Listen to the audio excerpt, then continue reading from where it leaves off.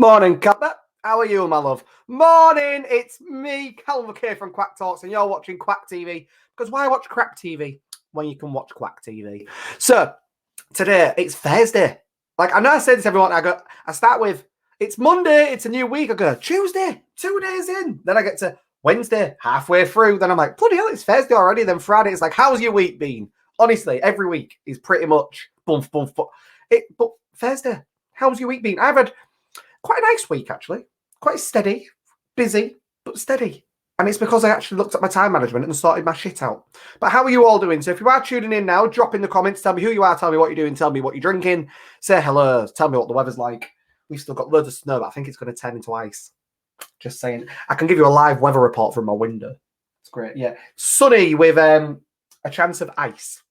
There we go, my loves. So yes, say good morning. You can catch us at the moment on the Duck Pond, my Facebook group. You can also catch us on my Facebook page, so make sure you share it far and wide. And if you are watching this on replay, remember to put hashtag replay in the comments so I know who's stalking me. That's right, I like to know who is stalking me. So yes, good morning. Really busy week.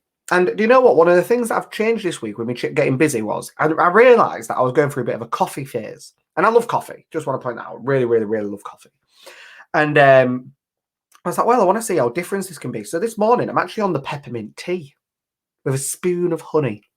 Yes, my guest backstage is like, fuck.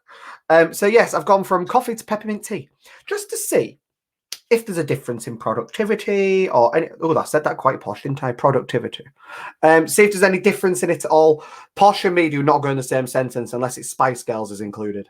So, yes, today's guest, before I bring them on, is awesome.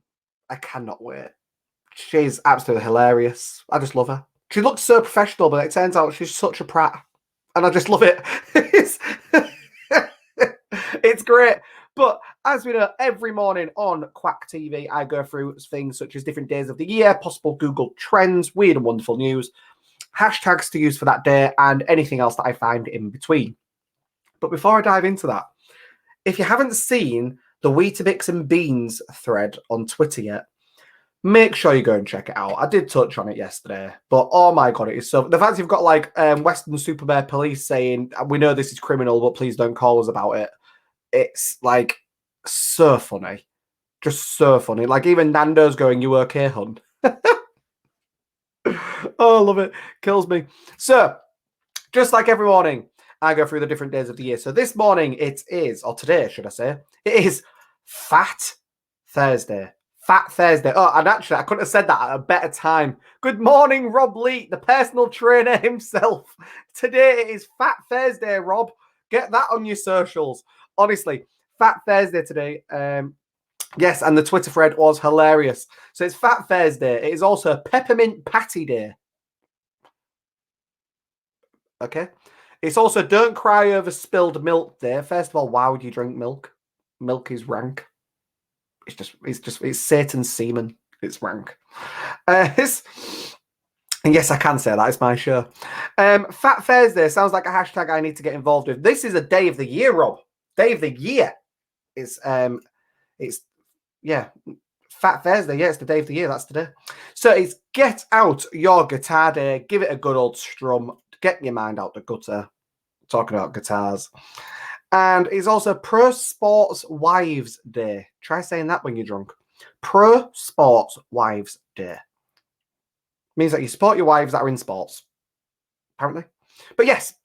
So if you are watching, make sure you say hello to me. Make sure you say good morning. I can bring your name up. And I can talk. Tell me anything you've got going on as well. I'll give you a shameless plug. Why not? It's what I'm here for. So yes. The one that I'm really impressed with is Fat Thursday. Because to be honest with me and Mr. Quackers, every day is Fat Thursday. You know, we just don't care. We just like food. We just like food. And I won't be shocked if he jumps in the comments in a minute and has a go at me for saying that. Milk goes in coffee and on cereal on its own.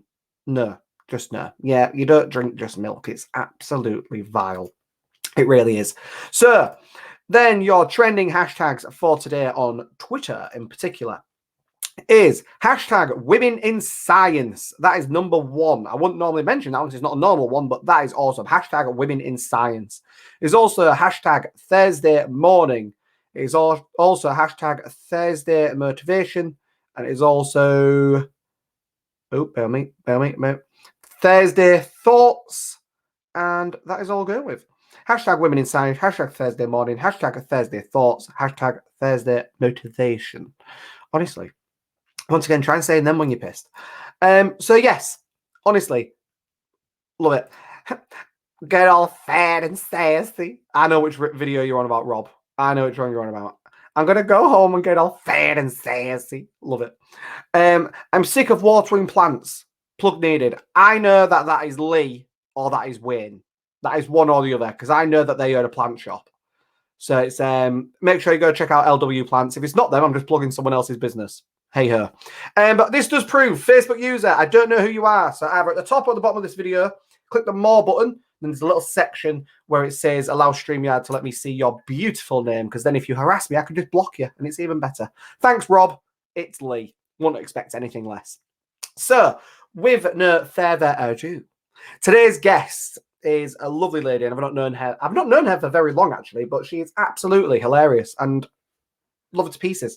So we're going to be talking all things books, including her book, writing your own book, and finding out everything else in between. And I've got a very long, sharp stick, and I'm going to be prodding her with it to just pick that brain. So she promises me there's one in there. So with no further ado, good morning, Mitali. How are you, my love? I'm wonderful, and I'm just thinking I came on here to talk about my book, but I can't be asked now. I'm like, let's just go through everything in your introduction that I want to just pick through. First of all, peppermint tea. You should not call peppermint tea tea. It's a peppermint beverage.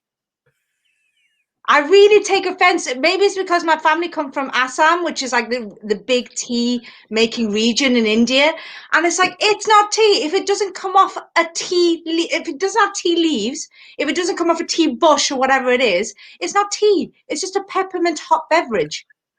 I love the fact you've just come on and had a go at me. I was like, don't call it tea. I was like, Susie said, I was like, no, tea is tea. You can have Assam, you can have Darjeeling. But you can't have peppermint or jasmine or or chamomile. It's not tea. So this is Mr. Quackers. I already love this lady. I was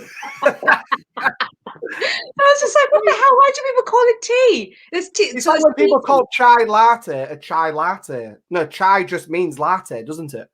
No, chai is tea. Chai is Indian for tea. Yeah, but it's when people call it a chai latte because of all the steamed milk. Don't you know what a chai latte? Oh, isn't a chai latte just milky tea? I don't know. It's just milk with cinnamon in it. Because chai is tea and latte is French for milk, I think. So it's just milky tea, I think. So We'll go with that's that. allowed. But it's when you get all these like posh stuff, you get like jasmine tea, and it's like, it's not tea. It's hot beverage. It's a jasmine hot beverage. There's no tea in it.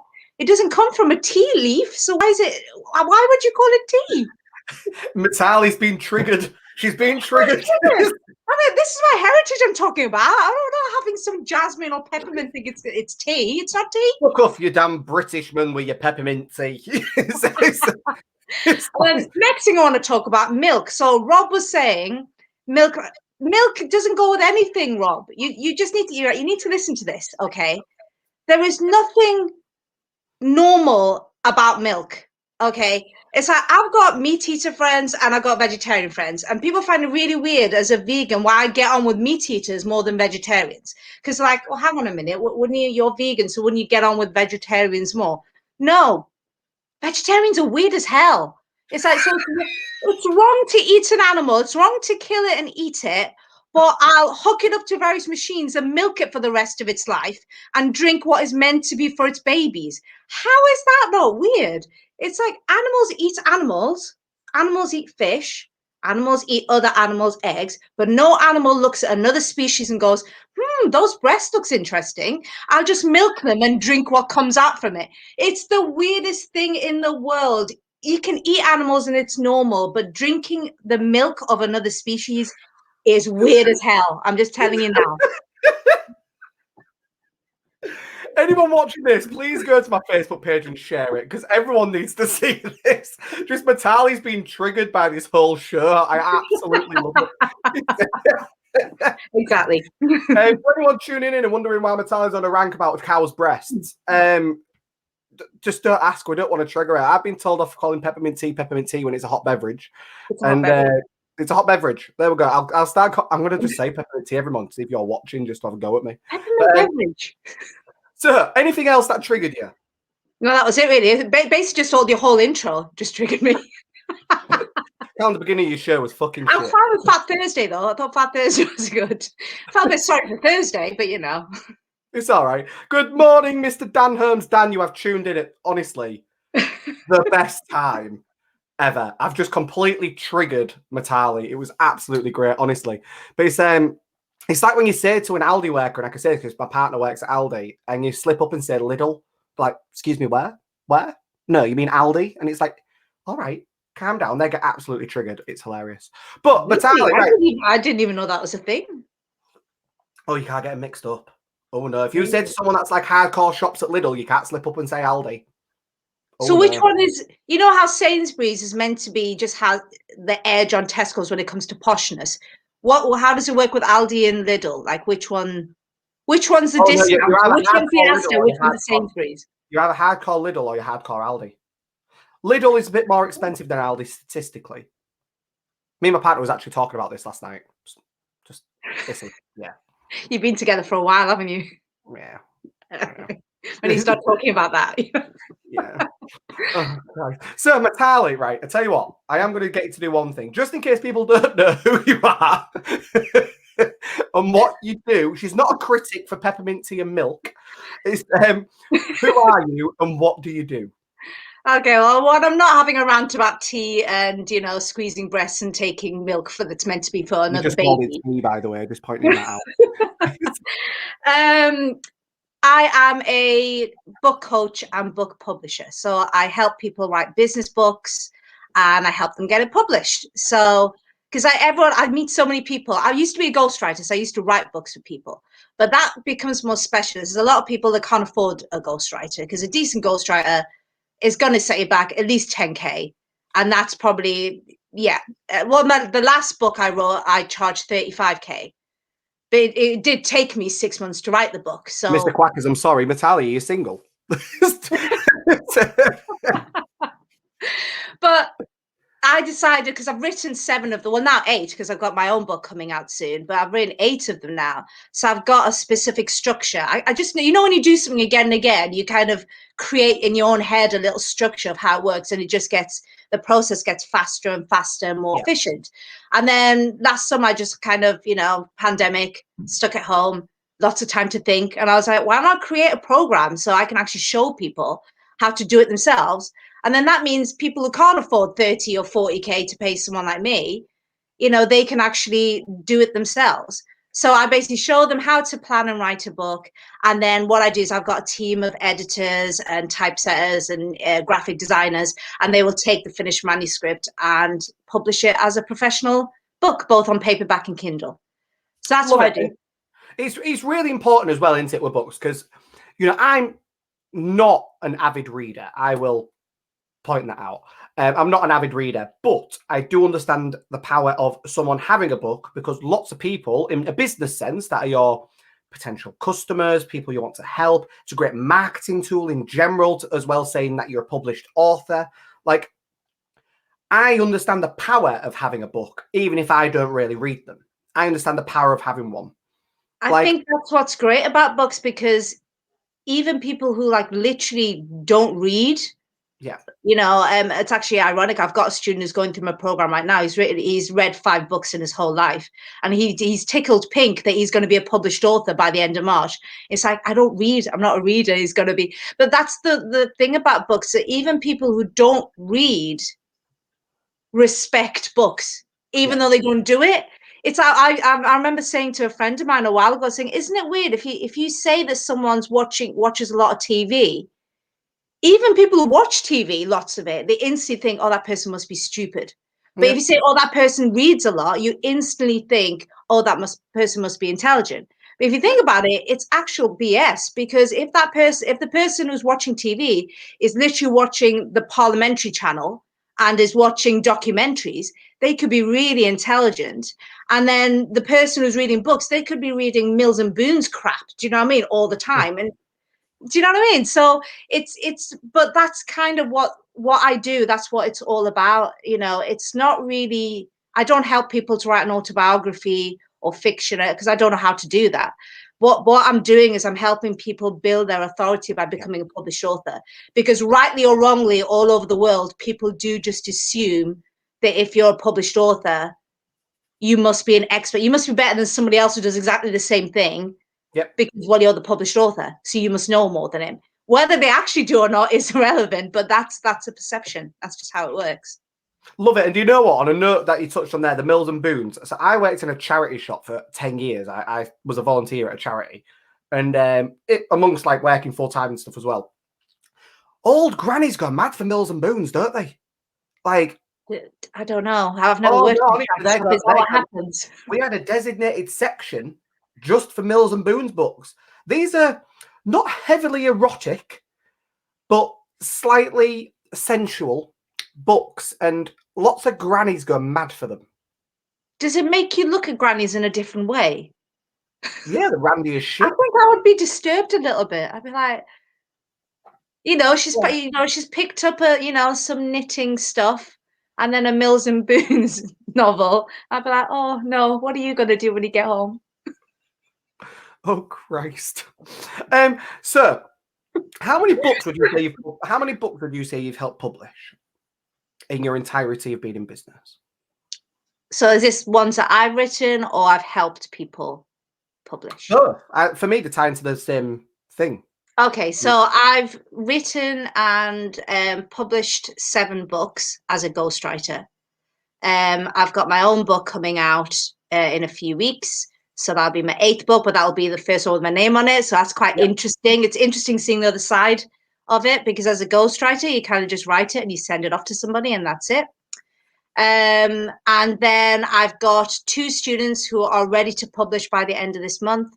And then I've got 5 students who are going through my program starting in January. So they will be ready to publish by the end of March. So yeah, it's really exciting because I had a bit of a wobble sometime. So I would say autumn time last year because I was just like, what am I doing? You know, I'm a successful ghostwriter. I'm making a good living doing it. Why don't I just carry on doing what I do? Why am I now kind of, wanting to create a program and help people write their own books and that kind of thing? But I just had this kind of goal that said, the people who I'm helping at the moment, first of all, they're Mr. and Mrs. Moneybags. You have to be to pay a decent ghostwriter. So they're kind of doing really, really well already, and I'm kind of helping them go to the next level still. Yeah. But also, I can probably only write maybe 2 at a push 3 books in a year. So that's only 2 or 3 people I can help. But if I can create a program, then I can help exponentially more people. And what the brilliant thing is, by the end of March, I'm going to have 7 published authors. I wouldn't have been able to do that. I mean, that would have taken me, what is that, 3 or 4 years? If I wrote 2 books a year, that would take me 3.5 years to have accomplished that. But I'm going to do that between beginning of January and the end of March. In 3 months, I'm going to do what I would have been able to do in 3.5 years, just by showing people to do it themselves, plus helping people who wouldn't have normally been able to afford someone like me. But the books that they're writing are just as good as anything I would have been able to write because I've got a structure now and they're just following it. Love it. Yeah. Love it. And you know what? I like the fact you call them students. I like the fact you call them students. They're not clients. I find it really weird when people say, "Oh, I'm like, but they're not clients. They are students." And I think it's important that I make that, that distinction because I've thought about calling them clients, but to me, they're not clients. They are studying. And I want them to get into that mindset that you are studying. And I'm quite strict in a good way. You can probably tell from my rant about peppermint tea and milk. But the only reason I'm strict is I know I've got like a prescription that works. And you know the discipline that's required, don't you? Like, exactly. Yeah. And if they kind of wait, if they're a client, I almost think in my head, maybe I'm wrong, maybe it's just the way I stereotype the word. But for me, a client is someone that you kind of consult with, you give them advice, and you probably like this as well with your coaching. You don't really tell people what to do. You kind of give them, actually you do. You've got the whole slipper thing where you you boot them up the bum, don't you, with your fluffy slippers? So maybe you do a different kind of coaching. But No, normally what I do, have you honestly, got your slippers there? I haven't. I need to get some. So I give every client of mine a certificate for Kwak Academy. Okay. That way, there, for Kwak Academy. And it's yeah, and it's got like a wax seal and everything on it with a rubber duck. It's real cool. And I send that to all my clients because for me, they are in Kwak Academy, which is they are learning about their business. They are learning the different avenues to go down. And I still refer to them as a client because for me, with coaching, it's a little bit different. If you refer to people as a student, some people could probably see that as patronizing or a demeanor or something along them lines of what I'm having to learn about my business when I've been in it for 10 years. It's not. But actually, you're part of Kwak Academy where you're learning more about your business and what you can do with it. And then you're going to fly and you're going to, basically sort out from there. Oh, you're back. That's good. I thought we lost you then. So yes, it's so I've got people in Kwak Academy. To me, they are clients technically, but they're in Kwak Academy for a reason. They're wanting to learn. They're wanting to do something, and that's But why I like that because you've basically done the same thing as me. You've just done it in a slightly different way. So you call them clients, but they're in academy, and everyone knows they're in an academy. You're learning, otherwise it wouldn't be called an academy. So you've got around it that way, and I've just called them something different. But I just think, I think it's maybe it's the copywriter and the ghostwriter in me. But people say, "Oh, what's in words? Everything, everything is words." The way you talk to yourself, the way you talk to people, really, really affects your outlook on life and who you are as a person. And I think it's really important. And for me, clients is someone you advise, you consult with, and they kind of work stuff out on their own. No, hell no, not in my program. I know what works. So I don't want you going off on a tangent and going, oh, I think I'll do my summary in this way, or I'll just do my chapters in a completely different way. No, because then I can't guarantee your book's going to work. So you need to stick with a specific structure that I know works because it's worked 8 times and it'll work again and again. So I prefer students to clients. Right. So on that note, right, your book. We've got a book coming out, Mitali. So tell us I'm briefly. it. Tell us briefly about your book, and we can plug it everywhere. We can even tell you what. I'll even let you sponsor Kwak TV for a week. So it's yeah, you're welcome. So tell us about your book. Okay, so it's called the Freedom Master Plan. It's going to be out on the 12th of March. So 4 weeks, I believe, for now. Buy her shit. I like that. And what it's about, it's basically about all my 7 ghostwriting clients.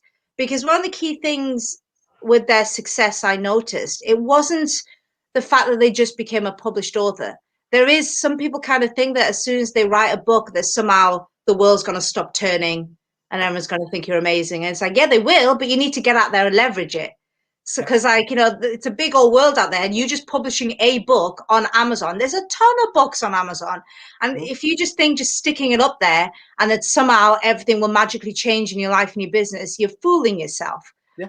So it's really all about how you leverage your book, what you do with your book, and not just publishing and sitting back and expecting, the world to be like amazed by you. And that's what my 7 clients did. They didn't just, I didn't just publish a book for them and then they're like, brilliant. Okay, I'll just sit back. They did so many things with it. So what I did was I interviewed every single one of them last summer. And I basically told them to give me every single thing that they did with my book. It's like, what did you do next with my book? And I recorded everything and I put it into my book, The Freedom Master Plan. And it's really about the reason why I called it Freedom Master Plan is that I spoke to so many coaches and consultants last year, and the word that kept coming up was freedom and the lack of freedom they had in their business.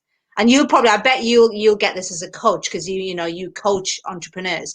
That most people start a business because they want some kind of freedom. Either they hate their boss, so they want freedom from that, or they're wanting freedom from being told what to do.